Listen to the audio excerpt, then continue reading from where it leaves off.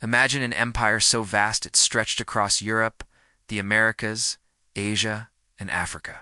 Imagine a king sitting on its throne, desperate to preserve its greatness not through bold reforms or powerful armies, but by guarding his family's bloodline like a sacred relic. That king was Philip the Fourth of Spain. His obsession with dynastic purity, incestuous marriages, and a fatal misunderstanding of power would destroy not only his family, but also the Spanish Empire itself. His reign left behind a legacy of weak hay. Welcome, hello, and welcome to Historic Horizons. Today we re-dive into one of the most haunting chapters of European history, the tragic reign of Philip the Fourth of Spain. His decisions in love, marriage, and politics shaped the destiny of his empire and condemned his dynasty to extinction. Stay with us as we explore how Philip the Fourth's obsession with incest and dynastic purity led to madness, deformity, and ultimately the collapse of Spain's golden age. The early life of a King Philip the Fourth was born on April 8, 1605, in Valladolid, Spain.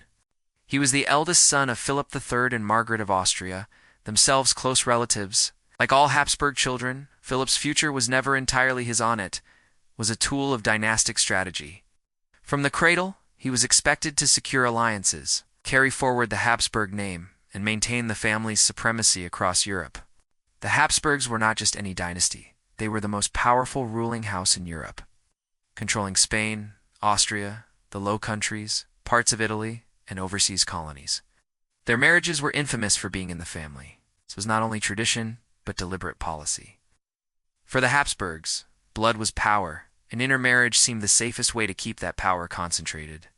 By the time Philip was a teenager, his path to the throne was clear. His father, Philip III, was widely seen as weak and easily manipulated by his favorites. When Philip III died in 1621, young Philip IV inherited one of the largest empires in history, but also one that was already teetering under its own weight, ascending to power. When he became king at just 16, Philip IV stepped into a world of immense responsibility. Spain controlled vast territories, from Naples and Milan in Italy to the Netherlands. Two massive colonies across the Americas and Asia. It was said that the sun never set on the Spanish Empire, yet appearances were deceiving. Spain's economy was collapsing under the weight of endless wars.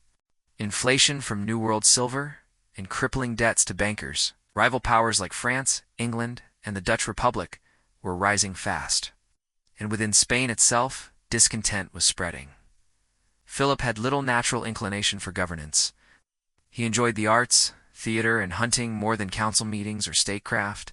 Recognizing his limitations, he relied heavily on a powerful favorite Gasper, the Count Duke of Olivares. Olivares sought to restore Spain's might by centralizing power, reforming the military, and enforcing greater control over Spain's scattered dominions. But these ambitions quickly spiraled into disaster, a kingdom in crisis. Under Olivares, Spain plunged deeper into the 30 Years' War, a brutal conflict that devastated Europe.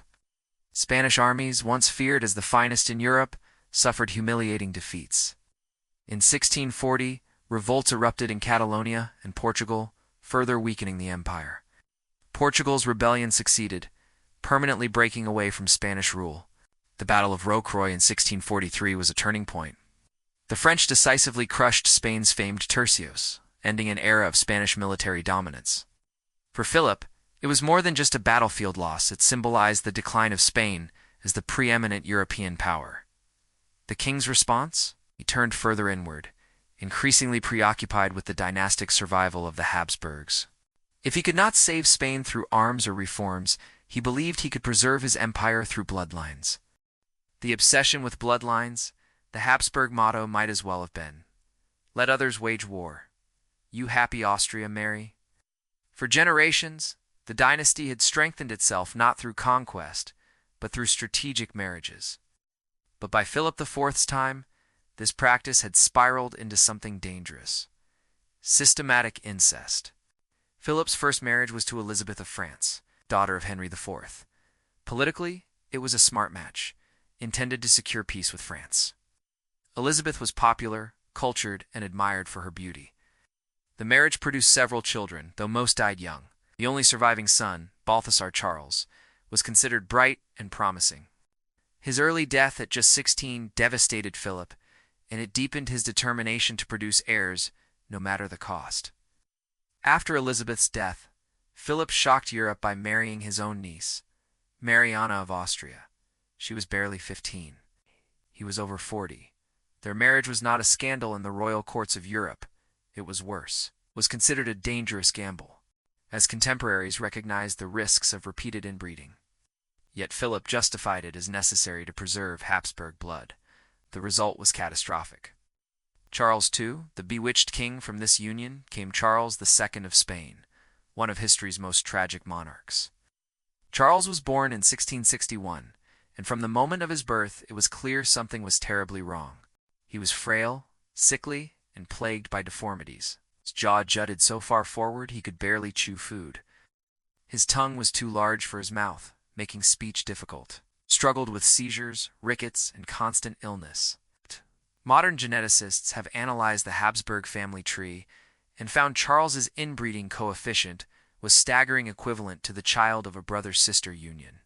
He was, quite literally, the product of centuries of incest. Nicknamed El Hechizado, the Bewitched, Charles was believed by many contemporaries to be cursed. Priests and courtiers suspected witchcraft or divine punishment.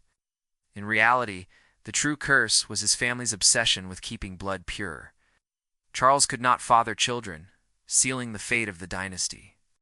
But Philip, blinded by his obsession, never understood the scale of the disaster he had unleashed. The king's double life, ironically. While Philip insisted on incestuous marriages for dynastic heirs, he himself lived a life of promiscuity. He had numerous mistresses and fathered more than 30 illegitimate children. Many of these bastards were strong, healthy, and intelligent, living proof that the royal line might have flourished.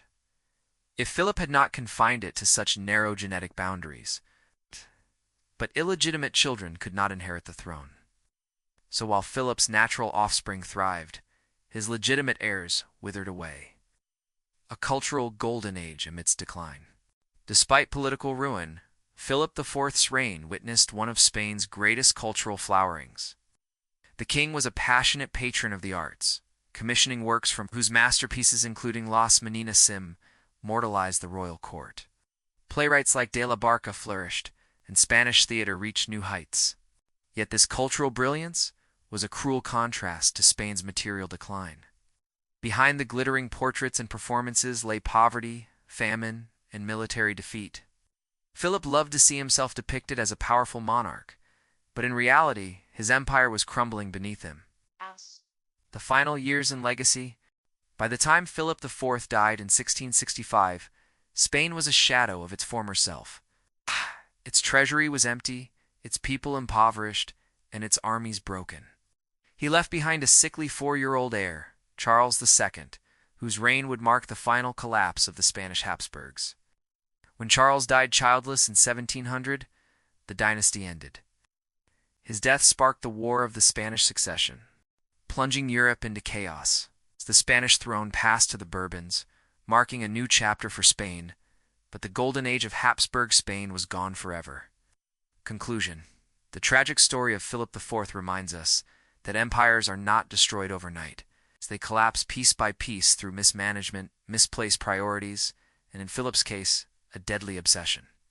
By clinging to dynastic purity, he doomed his own heirs. By indulging in art and pleasure while ignoring governance, he allowed Spain's decline to accelerate. His reign shows us the dangers of power when combined with short-sightedness and fear. What began as a desire to preserve greatness ended in madness, infertility, and collapse. Subscribe to our channel and press the bell icon to support our work and never miss an upload. Like this video, drop a comment, and share it with others to show your support and help us grow this historical community.